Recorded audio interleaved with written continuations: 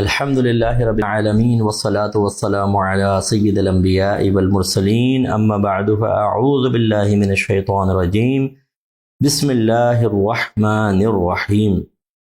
الحمد للہ رمضان کا مبارک مہینہ ہمارے درمیان موجود ہے اور آپ روزانہ خلاصہ قرآن سماعت فرما رہے ہیں۔ ہفتے کے روز میں پورا پروگرام کرتا ہوں اور اس کے علاوہ یہ ہماری اکیڈمی سے تیار شدہ ٹیچرز ہیں، پہلے اسٹوڈنٹس تھے اب ٹیچر ہیں، پڑھا بھی رہے ہیں اور ماشاءاللہ یہ میرے ساتھ درس قرآن کرتے ہیں۔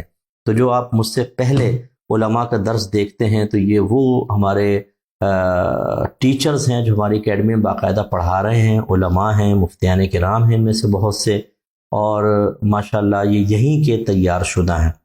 اور جو ہمارے بہن بھائی ہمارے ادارے سے تعاون کرتے ہیں یہ سب ان کے لیے بے شمار ثواب جاریہ ہیں اور انشاءاللہ فیوچر میں اس سے زیادہ انشاءاللہ یہ کام کرتے ہوئے نظر آئیں گے۔ سورہ انفال کی آیت نمبر 27 اور 28 آپ کی خدمت میں اولاً پیش کرتا ہوں اور اسی پہ درس ہوگا۔ پہلے اللہ تعالیٰ فرماتا ہے یا ایھا الذین آمنوا، اے ایمان والو، لا تخونوا اللہ والرسول وَتَخُونُوا أَمَانَاتِكُمْ وَأَنْتُمْ تَعْلَمُونَ، اے ایمان والو تم نہ اللہ کے ساتھ خیانت کرو، نہ اس کے رسول کے ساتھ خیانت کرو اور نہ اپنی امانتوں میں خیانت کرو حالانکہ تم جانتے ہو، یعنی جان بوجھ کر ایسا ہرگز مت کرو۔ نادانستہ طور پہ انسان سے خطا ہو جائے تو وہ اللہ درگزر فرماتا ہے، اس پہ ہمیں توبہ بہرحال کرنی چاہیے، لیکن جان بوجھ کر ایسا نہ کرو۔ اللہ تعالیٰ سے خیانت کرنے کا مطلب اللہ کے احکام کو نہ ماننا بلکہ بعض اوقات ان کے خلاف جانا، ایسے ہی نبی کریم صلی اللہ علیہ وسلم کے لیے بھی مفہوم ہے۔ اور اپنی امانتوں میں خیانت نہ کرو، اس میں ایک تو تصور یہ ہے جیسے کسی نے ہمارے پاس مال رکھوایا ہو اس میں خیانت نہ کریں۔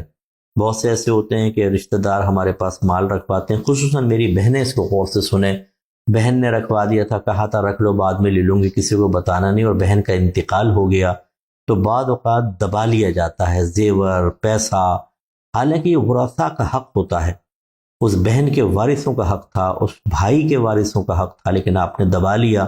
کتنا عرصے کھا لیا، تھوڑا سا کھایا پیا، یا اگر سونا بھی ہے تو دیکھ کے بس خوش ہوتی رہیں، وہ آپ کو نفع تو نہیں دے رہا، اور آخرت کی بربادی کا سامان ہے۔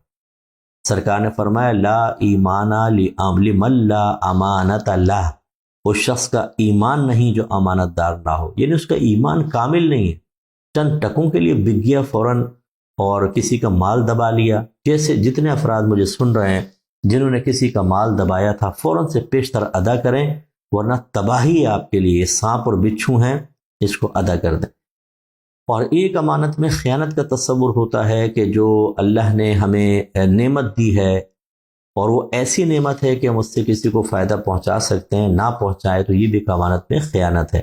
جیسے مال دیا ہے غریبوں کا نہ دیں، یہ بھی ایک خیانت ہوتی ہے۔ علم دیا ہے کسی کو علم نہ سکھایا جائے، یہ بھی ایک طرح کی خیانت ہے۔ اور اسی طریقے سے جو کام ملا ہو اس کام کو پورا نہ کرنا، یہ بھی خیانت ہوتی ہے۔ جیسے آفیسز کے اندر کام چوریاں کر لیتے ہیں آدمی، دیر سے پہنچتے ہیں اور پھر جلدی بھاگ جاتے ہیں، کام چھوڑ دیتے ہیں۔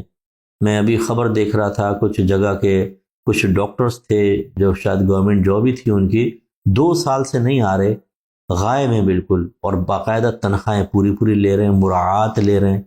یہ جو ناراض مت ہوئیے گا، ایسے لوگ جو ہیں وہ باتوں کو سن کر غصے میں آ جاتے ہیں، ان لوگوں تک بلکہ ہمارے کلپ پہنچائیں، ہو سکتا ہے اللہ تعالیٰ کسی کو ہدایت دے دے۔ آج آپ کو غصہ آ رہا ہے نا، کل آپ ہمیں قابل رحم اور رحم طلب نگاہوں سے دیکھ رہے ہوں گے کہ ہمارے لیے کچھ کر دیں، کیونکہ میدان محشر میں نہیں بچیں گے۔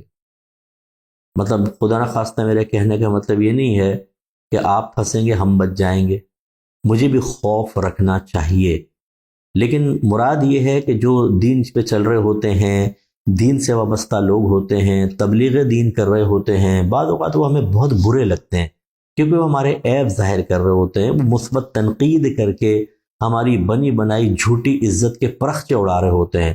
ہم اپنے جو نیچے لوگ ہوتے ہیں ان کے اوپر بڑے خوش ہوتے ہیں اور عزت بنائے ہوئے ہوتے ہیں، گھر والوں کے مابین ایک جھوٹی عزت قائم ہوتی ہے، لیکن جب اس قسم کی باتیں سنتے ہیں اور گھر والوں کی، ہمارے بچوں کی، دوست احباب کی، اور ہمارے انڈر کام کرنے والے لوگوں کی سوالیہ نگاہیں ہماری طرف اٹھتی ہے کہ یہ کیا کر رہے تھے آپ؟ اس وقت یہ نہیں کہ اصلاح کریں، اس وقت یہ نہیں کہ اقرار جرم کریں، اس وقت یہ نہیں کہ توبہ کر کے اچھے کام کریں، نہیں، انہیں گالیاں بک دو، انہیں برا بھلا کہو، کیوں میرا خواہ پردہ چاک کیا، کیوں ایسا بولا؟ چلیں ٹھیک ہے، خاموش کروا دیں سب کو، تو کیا آپ اللہ کے فیصلوں کو بدل دیں گے؟ آپ اچھی موت خود بخود لے لیں گے؟ بتائیں کیا دلیل ہے آپ کے پاس؟ اللہ کو تو نہیں آپ زیر کر سکتے نا، معاذ اللہ ثم معاذ اللہ، چلو میری زبان خاموش کرا دی، اسی کرا دی، پھر کیا ہوگا؟ اور قبر میں جب یہ سارے آپ کو چھوڑ کر واپس آ جائیں گے پھر کیا ہوگا؟ پھر کس کو گالیاں بکیں گے، کس کو برا بھلا کہیں گے؟ اگر اللہ ناراض اور عذاب شروع ہو گیا تو اور پھر میدان محشر میں؟ اس لیے میں عرض کر رہا ہوں کہ جو ہمیں سمجھا رہے ہوتے ہیں، ہو سکتا ہے جب وہ میدان محشر میں ہوں تو ہم رحم طلب نگاہوں سے دیکھیں کہ کچھ ہمارے لیے کریں، تو ہو سکتا ہے وہ جواب میں یہ کہیں کہ یار پہلے نہیں سمجھایا تھا تمہیں، اس ٹائم تو تم غصے ہو گئے تھے، گالیاں بک رہے تھے، برا بھلا کہہ رہے تھے، اس وقت تو تمہیں یہ خوف پیدا ہو گیا تھا کہ آفس میں اگر یہ ریگولر آیا، دیانتداری سے کام کیا تو ہماری خیانتوں کا پردہ چاک ہو جائے گا، تو اس کی لیگ پولنگ کر کے اس کو نکال دو۔ یہ کام چور ایسے ہی ہوتے ہیں، مطلب بیچارے ناراض مت ہو، اگر ہمارے مسلمان بھائی بہنیں، اللہ تعالیٰ آپ کو ہدایت دے اور اچھا کام کرنے کی توفیق عطا فرمائے، لیکن ہمارے ہاں ہوتا ہی ہے کہ جو اچھا کام کر رہا ہوتا ہے کہتے ہیں یار یہ مصیبت آ گئی، اب اس کے اچھے کام کی وجہ سے یہ باس کی نگاہوں میں آ جائے گا اور باس سب کچھ چیک کرے گا، اس کو نکال دو تاکہ ہم ایک دوسرے کا پردہ رکھیں، کام چوریوں کا پردہ، خیانتوں کا پردہ، سامان اٹھا کے لے جاتے ہیں اسٹیشنری وغیرہ کا، پین لے گئے، اسکیل لے گئے، دیگر چیزیں لے گئے، اور پھر وہ بجٹ بنا کے پیش کر رہے ہیں جی اتنی چیزیں کم ہو گئی، کہاں چلا گیا کام؟ تم دھیلے بھر کر نہیں کر رہے تو چیزیں کہاں جا رہی ہیں؟ وہ یہ بتا دے گا، اس کو نکالو اور پھر آپس میں مل بانٹ کے کھاؤ۔ کب تک کھا لیں گے صاحب؟ عنقریب آپ کو مرنا ہے، پھر قبر کے اندر بڑا خطرناک معاملہ ہونے والا ہے، اس لیے امانتوں کو صحیح طریقے سے ادا کریں۔ ایک صحابی نے پوچھا رسول اللہ قیامت کب آئے گی؟ ارشاد فرمایا جب امانتوں کو ضائع کیا جائے گا۔ پوچھا گیا کہ امانتوں کا ضائع کرنا کیسے ہوگا؟ فرمایا جب ذمہ داریاں نااہلوں کے سپرد کی جائیں گی، یعنی وہ جو شخص وہ کام کر نہیں سکتا اس کو دے دیا جائے گا وہ کام۔ اب دنیاوی امور کو تو چلیں چھوڑ ہی دیں، جو چل رہا ہے آج کل پولیٹیکل بیس کے اوپر جابز وغیرہ دے دیتے ہیں، حالانکہ وہ اہل نہیں ہوتے، وہ تو ہے ہی برائی، لیکن دیندار طبقے کے اندر یہ چیزیں، امام اس قابل نہیں ہے کہ وہ امام بنے، نہ اس کو مسائل پتہ ہیں، بعض اوقات نہ اس کو بیان صحیح کرنا آتا ہے، اس کو امام بنا دیا جاتا ہے، خطیب بنا دیا جاتا ہے، لوگ بھگت رہے ہیں بیچارے، کوفت کا شکار ہیں۔ حافظ قرآن کو تراویح پڑھانے کھڑا کر دیتے ہیں، یعلمون تعلمون کے علاوہ کچھ سمجھ میں نہیں آتا، اتنا تیز پڑھتے ہیں لفظ چبا کر جو حرام ہے پڑھنا۔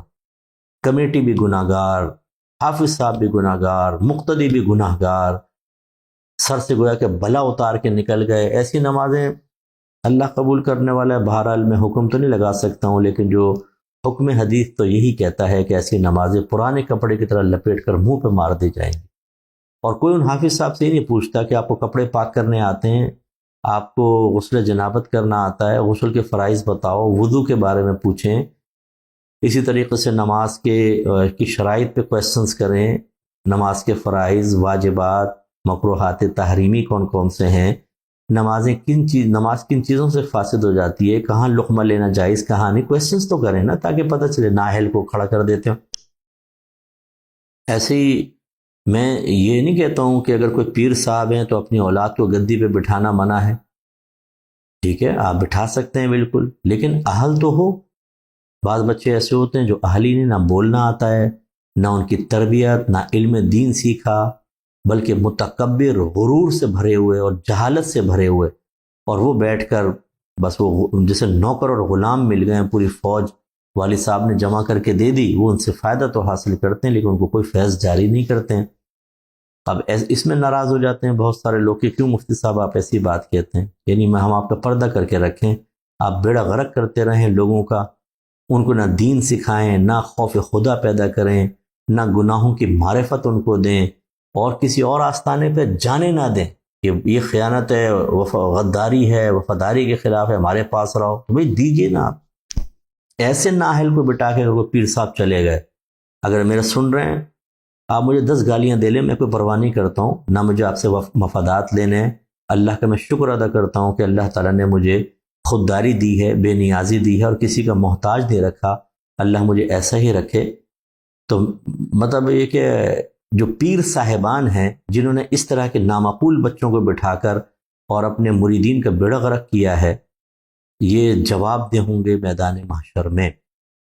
اگر آپ کہتے ہیں کہ نہیں ہوں گے، آئیے پھر ڈیبیٹ کرتے ہیں، یا چلیں چھوڑ دیجئے، میں تو ایک طالب علم ہوں، آپ اس پہ دلائل قائم کر دیں کہ ایک نااہل کو منصب پہ بٹھانا صحیح ہے چونکہ وہ ہمارا بیٹا ہے۔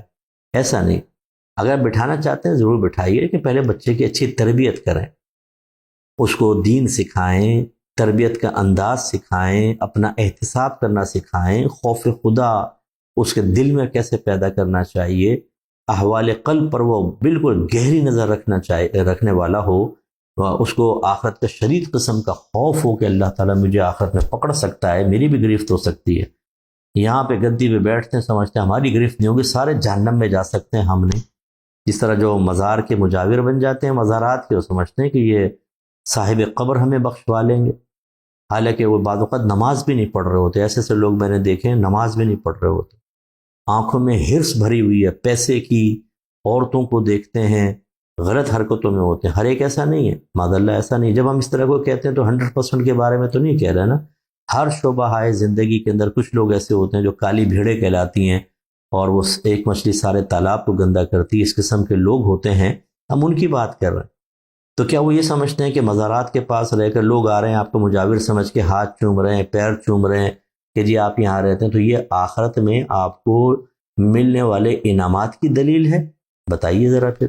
صحابہ کرام نے تو ایسا نہیں کیا، انہوں نے تو ایسا نہیں کیا کہ انہوں نے غفلت اختیار کر لی ہو، حالانکہ وہ تو سب سے زیادہ نبی کریم کے قریب رہے تھے۔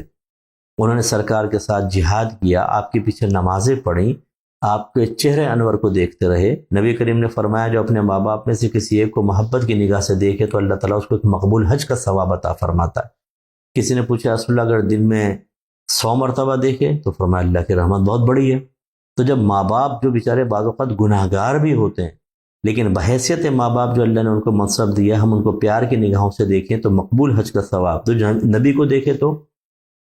لیکن کیا آپ بتا سکتے ہیں جو یہ مزارات پہ حرکتیں کر رہے ہوتے ہیں یا آستانوں کے اندر حرکتیں کر رہے ہوتے ہیں، ایسا صحابہ نے کیا تھا؟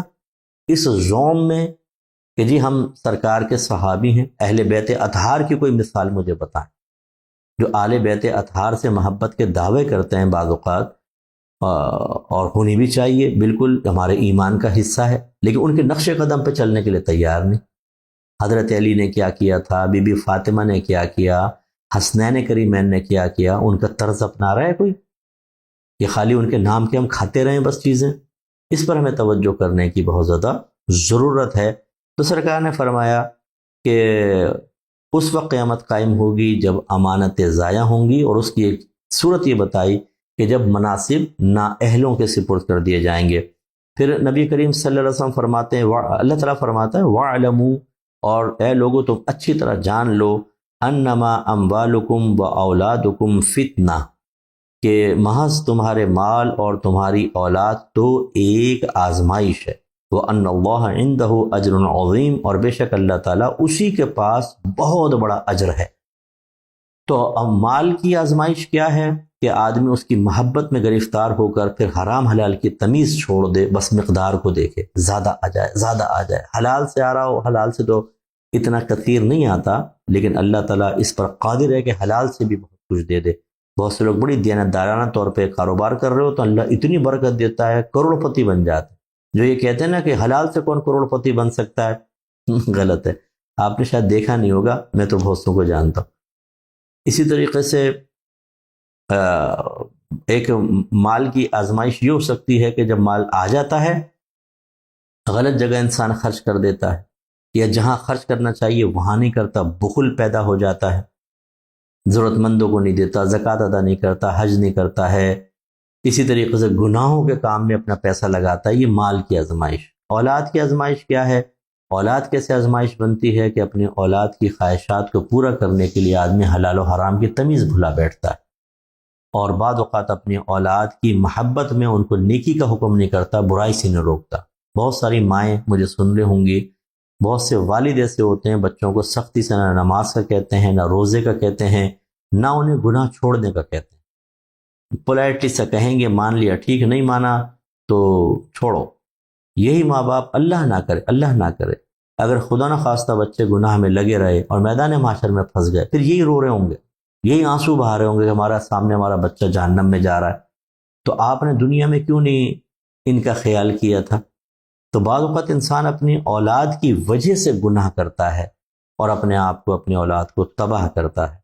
تو اللہ تعالیٰ نے یہی بیان فرمایا کہ اس مال اور اولاد ان کی طرف ایسے مائل نہ ہو جاؤ، ان کی وہ خواہشات اس طرح پوری نہ کرو، یا مال کا ایسا استعمال نہ کرو کہ میدان محشر میں شرمندہ ہونا پڑے۔ شریعت کے دائرے میں رہ کر آپ چلیں۔ اس کے لیے میری کتاب قرب الہی آپ پڑھیں، بیسٹ بک ہے۔ اس میں بیوی بچے جو ایک آزمائش بنتے ہیں، رکاوٹ بنتے ہیں، کیسے ان کو لے کے چلنا ہے، کس طریقے سے، سارا اس میں طریقہ بتایا۔ اللہ تعالیٰ نے آخر میں جو بیان فرمایا نا کہ بے شک اللہ اسی کے پاس اجر عظیم ہے، یہ اشارہ اس طرف کہ مال کی طلب میں گناہ کی طرف نہ بڑھو، اولاد کو بنیاد بنا کے گناہ کی طرف نہ جاؤ۔ یہ اتنے امپورٹنٹ چیزیں نہیں ہیں جتنا اللہ کے پاس بہت زبردست اجر ہے۔ لہٰذا مال کو حلال طریقے سے کمائیں، حلال مقام پہ خرچ کریں، اس میں اللہ کا اور بندوں کا حق جانیں کیا کیا ہے، اس کو ادا کریں۔ اس کے بعد میں مال کمانا کوئی گناہ نہیں، جمع رکھنا کوئی گناہ نہیں، خرچ کرنا کوئی گناہ نہیں، جبکہ آپ لمیٹیشنز جانتے ہوں، دائرہ شریعت میں رہ کے تمام معاملات کریں۔ اسی طرح اولاد کی کثرت اچھی چیز ہے، بس اولاد کو کس طرح علم سکھانا ہے، کیسے نیکی کا حکم کرنا ہے، کیسے برائی سے روکنا ہے، اس کا ہمیں خیال کرنا ہوگا، تو انشاءاللہ پھر بڑی برکت ہی برکت ہوتی ہے۔ پھر اس کے بعد اللہ تبارک و تعالی ارشاد فرماتا ہے آیت نمبر 26 میں، وَأَطِيعُوا اللَّهَ وَرَسُولَهُ أَطِيعُوا اللَّهَ وَرَسُولَهُ وَلَا تَنَازَعُوا فَتَفْشَلُوا وَتَذْهَبَ رِيحُكُمْ وَاصْبِرُوا إِنَّ اللَّهَ مَعَ الصَّابِرِينَ۔ اللہ تعالیٰ فرماتا ہے کہ اللہ کی اطاعت کرو، اس کے رسول کی اطاعت کرو۔ اطاعت کا مطلب ہوتا ہے حکم ماننا، اور یہ اس حکم پر اسی وقت عمل کر سکتے ہیں جب ہمیں احکام شرع پتہ ہوں، اللہ نے کیا کیا حکم بیان فرمائے اور نبی کریم نے کیا کیا حکم بیان فرمائے، ورنہ ان احکام پر عمل نہیں کر سکتے۔ اور آپس میں جھگڑا مت کرو، اگر تم کرو گے تو تم بزدل ہو جاؤ گے، یعنی بزدلی پیدا ہوگی اور تمہاری طاقت جاتی رہے گی، اور تم صبر کرو مخلوق کی تکلیفوں پر، اللہ تعالیٰ کی طرف سے آزمائشوں پر، بے شک اللہ تعالیٰ صبر کرنے والوں کے ساتھ ہے۔ اس سے پتہ چلا کہ اتحاد و اتفاق میں برکت ہے، اور جب ہم لڑائی جھگڑا کرتے ہیں تو ہم بزدل ہونا شروع ہو جاتے ہیں، کیونکہ طاقت ٹوٹ جاتی ہے اور پھر ہم پہ دشمن غالب آ جاتا ہے۔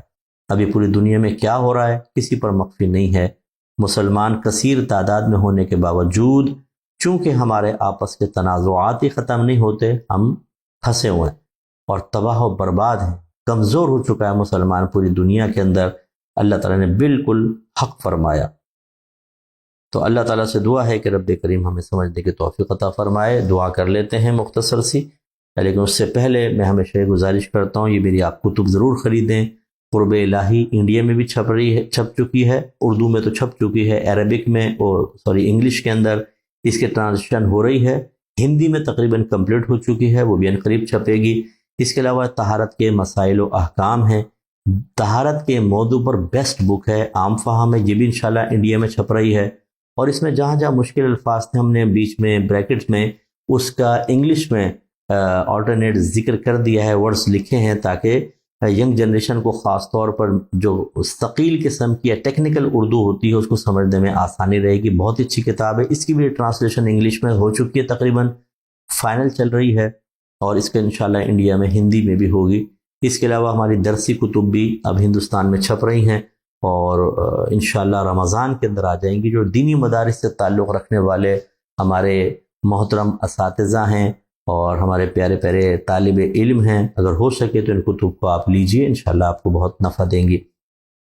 اللہ تعالیٰ ہمیں الفرقان اسکالرز اکیڈمی سے وابستگی بھی عطا فرمائے۔ اگر کوئی بھائی بہن کسی بھی قسم کا دینی کورس کرنا چاہتے ہیں، انشاءاللہ عید کے بعد میرا ارادہ ہے کہ ہم ایک آن لائن اسکالر کورس بھی سٹارٹ کریں گے انشاءاللہ، اور اس کے علاوہ شارٹ کورسز جیسے طہارت کا ہے، عبادت کورس ہے، تجارت کورس ہے، اسی طرح جدید مسائل کا کورس ہے، تفسیر قرآن ہے، شرح حدیث کا کورس، وراثت کے کورس اور عقائد کے کورس، الگ الگ کورسز اگر کرنا چاہیں، اس کے علاوہ فرض علوم کورس ہوتا ہے، انفرادی طور پر بھی آپ پڑھ سکتے ہیں اور گروپ کی شکل میں بھی پڑھ سکتے ہیں۔ اور الحمدللہ میں بارہا آپ کو یہ عرض کر رہا ہوں، انشاءاللہ عید کے بعد ہماری کچھ ڈرائنگز باقی ہیں، وہ جیسی کمپلیٹ ہوں گی تو تعمیرات کا سلسلہ اسٹارٹ ہو جائے گا۔ NOC مل چکی ہے، جو ایک بڑا نقشہ ہوتا ہے جس کو پاس کروایا جاتا ہے، وہ بن چکا ہے۔ اب تھوڑی اندر کی ڈرائنگز ہوتی ہیں وہ بس تھوڑی رہ گئی ہیں اور وہ ہو رہی ہیں انشاءاللہ ساتھ ساتھ۔ جیسے ہی رمضان کے بعد یہ چیزیں ہماری کمپلیٹ ہوتی ہیں، ہماری تعمیرات کا آغاز ہوگا اور یہ اچھی اکیڈمی بنے گی اور آپ کے لیے بہت بڑا ثواب جاریہ ہو سکتا ہے اگر آپ اس میں مالی تعاون فرمائیں۔ دعا کر لیجئے۔ بسم اللہ الرحمن الرحیم، الحمدللہ رب العالمین والصلاة والسلام علی سید الانبیاء والمرسلین، یا ارحم الراحمین یا ارحم الراحمین یا ارحم الراحمین۔ اے مالک مولا، تیرا بہت لاکھ لاکھ شکر ہے کہ تو نے ہمیں مسلمان بنایا، اپنے حبیب کریم صلی اللہ علیہ وسلم کی امت میں پیدا فرمایا، نبی کریم سے، صحابہ کرام سے، اہل بیت اطہار سے، اولیاء عظام سے محبت کرنے والا، ان کا ادب کرنے والا بنایا۔ اے اللہ تیرا شکر ہے تو نے ہمیں آزاد ملک عطا فرمایا، تیرا لاکھ لاکھ شکر ہے کہ تو نے ہمیں قرآن عطا فرمایا، اپنی معرفت عطا فرمائی، ہمیں رمضان کا مبارک مہینہ دیا اور اس میں عبادات کرنے کی توفیق عطا فرمائی۔ اے مالک مولا، ہمیں اپنے شکر گزار بندوں میں شامل فرما لے، ہم سے راضی ہو جا، ایسا راضی ہو جا کہ پھر کبھی بھی ناراض مت ہونا۔ اے اللہ ہمیں گناہوں سے شدید نفرت عطا فرما، نیکیوں سے پیار عطا فرما دے، ہم سب کے لیے گناہ کرنا بے حد مشکل بنا دے، نیک عمل کرنا بے حد آسان فرما دے۔ اے مالک مولا، ہمیں موت سے پہلے پہلے اپنی قبور کو جنت کے باغوں میں سے ایک باغ بنانے والے اعمال اختیار کرنے کی توفیق عطا فرما، اپنی قبور کو جہنم کے گڑھوں میں سے گڑھا بنانے والے اعمال چھوڑ دینے کی توفیق عطا فرما۔ اے اللہ ہم سب کو صاحب تقوی بنا دے۔ ہماری جتنی بہنیں اس وقت ہاتھ اٹھا کر دعا کر رہی ہیں، انہیں بھی اور جو ان کے گھر میں خواتین ہیں، اللہ تعالیٰ سب کو مزید شرم، مزید حیا عطا فرما، دین پر استقامت عطا فرما۔ جو مرد حضرات ہمیں اس وقت دعا میں شریک ہیں اور ہمارا درس قرآن سن رہے ہیں، اللہ تعالیٰ ہم مردوں کو بھی ہر قسم کے گناہ سے بچنے کی طاقت و ہمت عطا فرما۔ اے اللہ تعالیٰ جتنے ہم میں بے روزگار ہیں سب کو روزگار عطا فرما، ہر بیمار کو شفائے کاملہ عطا فرما دے۔ جو بیماروں کی تیمارداری پر مقرر ہیں، ہمت اور حوصلے صبر کے ساتھ خدمت کرنے کی توفیق عطا فرما۔ جو بے اولاد ہیں ان کو نیک اور صالح اولادیں عطا فرما، جو صاحب اولاد ہیں ان کی اولادوں کو نیک، پرہیزگار، متقی، اپنے والدین کے لیے بہت بڑا ثواب جاریہ اور ان کی آنکھوں کی ٹھنڈک بنا کر رکھ۔ جن گھروں میں جوان بہنیں بیٹیاں موجود ہیں، اللہ ان کے اچھے رشتے دلوا دے۔ جن بھائی بہنوں پہ قرضے ہیں ان کے قرضے دور فرما دے۔ اے اللہ تعالیٰ جو بیجا مقدمات میں گرفتار ہیں انہیں نجات عطا فرما، جو جیلوں میں بے قصور بند ہیں ان کی رہائی کی سبیل بنا دے۔ اے پاک پروردگار ہمارے ملک پاکستان کو استحکام عطا فرما۔ اے پاک پروردگار ہمیں اپنے ملک کی ترقی کے لیے اپنا کردار ادا کرنے کی توفیق عطا فرما، اس کو ہر قسم کی اندرونی بیرونی سازشوں سے محفوظ فرما۔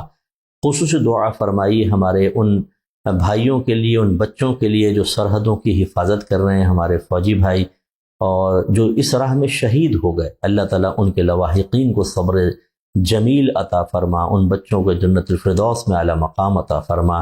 اسی طرح ہمارے پولیس والے بھائی جو لڑتے ہوئے ڈاکوؤں سے، دیگر معاملات میں زخمی ہو جاتے ہیں یا مقام شہادت حاصل کر لیتے ہیں، اللہ تعالیٰ ان کی خدمات کو اپنی بارگاہ میں قبول و منظور فرما لے۔ اے پاک پروردگار ہم سب کو آپس میں محبت عطا فرما، نفرتوں کو دور کر دے۔ یہ نفرتیں ہمیں کمزور کر دیں گی، مالک مولا ہمیں مضبوط بن کر مضبوط پاکستان کی بنیاد رکھنے کی توفیق عطا فرما۔ اے مالک مولا جتنے میرے بھائی بہن درس میں شریک ہیں، اللہ تعالیٰ ہم سب کو اپنے دین اسلام کی اہمیت کو سمجھنے کی توفیق عطا فرما، اپنی صلاحیتوں سے اپنے دین اسلام کی کوئی نہ کوئی خدمت کرنے اور اس کی ترقی کا سامان کرنے کی توفیق عطا فرما۔ اے اللہ تعالیٰ ہماری الفرقان اسکالرز اکیڈمی سے خاص طور پر جو تعاون کرتے ہیں، مالک مولا ان سب کی بخشش فرما دے، ان کی تمام فکریں، پریشانیاں، مصیبتیں، آفتیں، ذہنی ٹینشنز دور فرما۔ اے اللہ تعالیٰ سب کو پیار و محبت عطا فرما، آپس میں الفت، اتحاد، اتفاق عطا فرما، ہر قسم کے نا اتفاقیوں اور جھگڑوں کو ختم فرما دے۔ اے اللہ ان کی زندگی سے غموں کو دور فرما، خوشیاں عطا فرما، دنیا میں بھی راحت سے رکھ، موت کے وقت بھی، قبر میں بھی، اور میدان محشر میں، حتیٰ کہ جنت الفردوس میں داخلے تک اللہ تعالیٰ اپنی رحمت کے سائے میں رکھ۔ اے پاک پروردگار، ہمیں نبی کریم سے حقیقی محبت کرتے ہوئے آپ کے طریقوں پہ چلنے، آپ کے احکام کو ماننے کی توفیق عطا فرما۔ صلی اللہ تعالی علی خیر خلقہ و نور عرشہ سیدنا و مولانا محمد وعلی آلہ و صحبہ اجمعین برحمتک یا ارحم